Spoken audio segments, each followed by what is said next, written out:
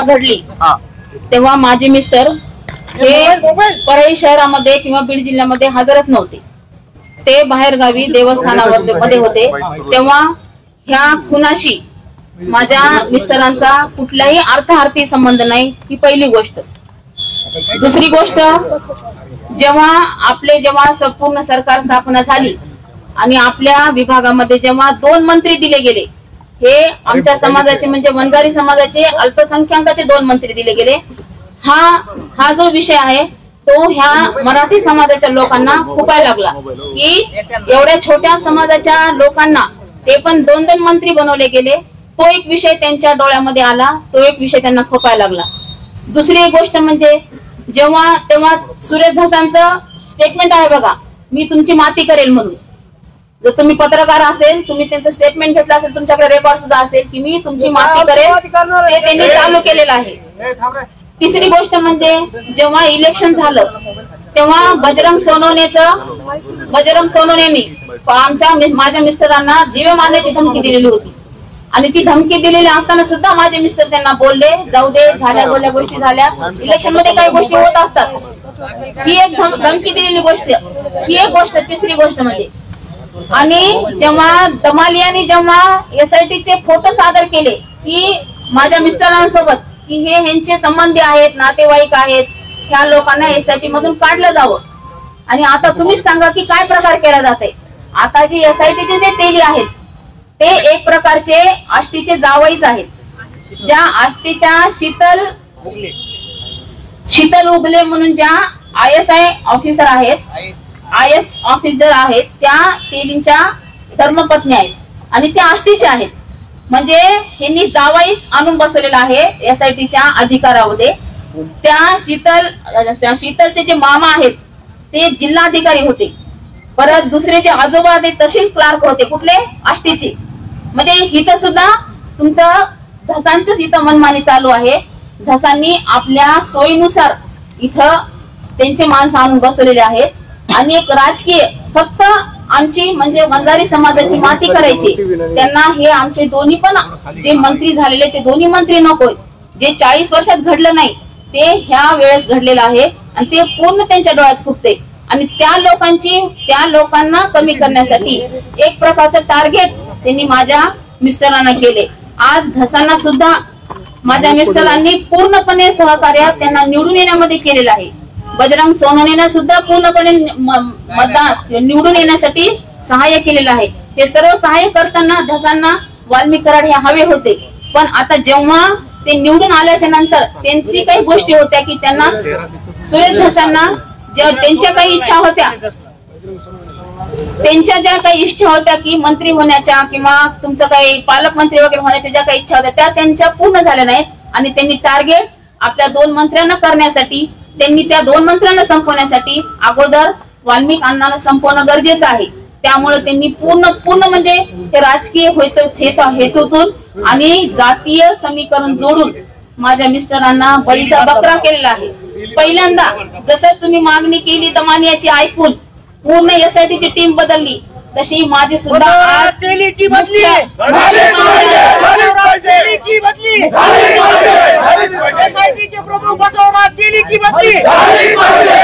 मुख्यमंत्र्यांना माझी विनंती आहे की त्यांनी सुद्धा जे धसचे जे नातेवाईक आहेत जे त्यांनी आज SITच्या ह्याच्यावर आणून बसवलेले आहेत ते पूर्ण आठी लोक बदलून तिथं व्यवस्थित जे कायदा सुव्यवस्था जे सांभाळणार नातेवाईक तर नकोच तिथं, कोणाचेच नातेवाईक नको तिथं. तरी CM साहेबांनी ह्याच्यामध्ये लक्ष घालून जे काही व्यवस्थित आहे त्या व्यवस्थितपणा त्यांनी करावा. आणि एकमेकांचं सांगून जे माझ्या नवऱ्यावर खोटे आरोप करून म्हणजे कुठंतरी कसा तरी धागा जोडून जे आज SITचे लोक आहेत किंवा GCRDचे लोक आहेत ते काही करू शकतात. आज कायदा त्यांच्या हातात आहे. ते कुठलाही संदर्भ कुठेही जोडून त्याचा एखाद्या व्यक्तीला बळीचा बकरा करू शकतात. आणि तोच प्रकार माझ्या नवऱ्यासोबत चालू आहे. तर माझी एवढीच इच्छा आहे की SITचे अधिकारी जे आहेत ते पूर्णपणे बदलले जावे. आज उद्याच्या उद्या ते जर नाही बदलले गेले आणि उद्या जर त्यांचं ऐकून जर माझ्या नवऱ्यावर उद्या कुठले गुन्हे दाखल झाले तर उद्या आम्ही आज निवेदनच दिल्यासारखं देते की उद्या आम्ही पूर्ण रोडवर चक्काजाम उद्या करणार आहोत.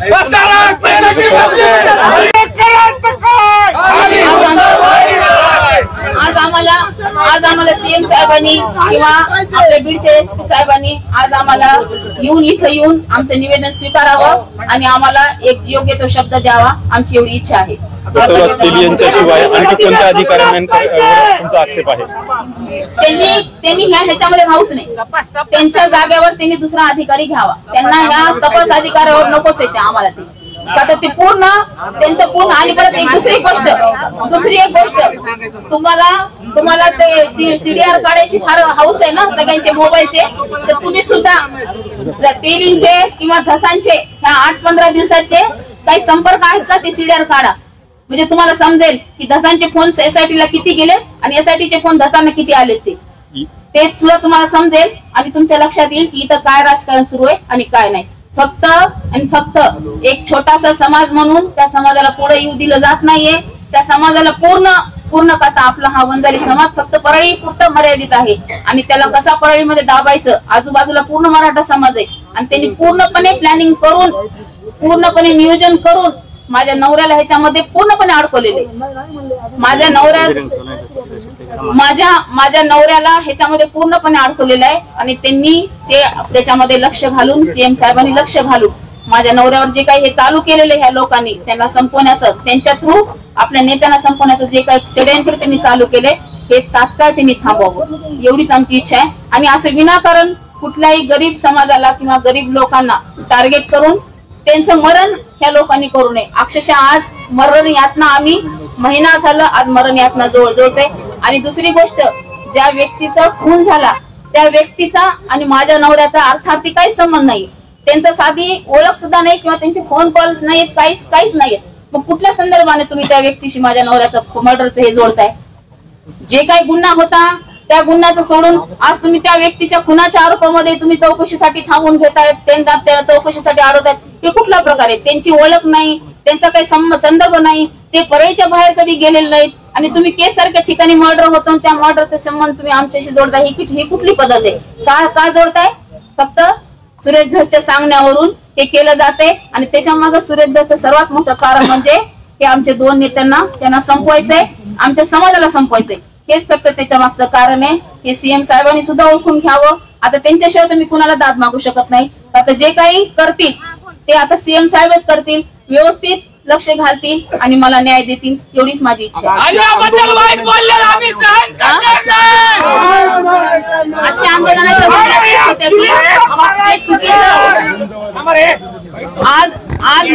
आज माझ्या मिस्टरांना जमानत मिळाली असती, आज माझ्या मिस्टरांना एमसीआर मिळून आज जमानत झाली असती, आज त्यांच्यावर खंडणीच्या गुन्ह्यावर त्यांना आज जमानत भेटली असती किंवा एमसीआर भेटला असता आणि त्याच्यातून आमची जमानत झाली असती.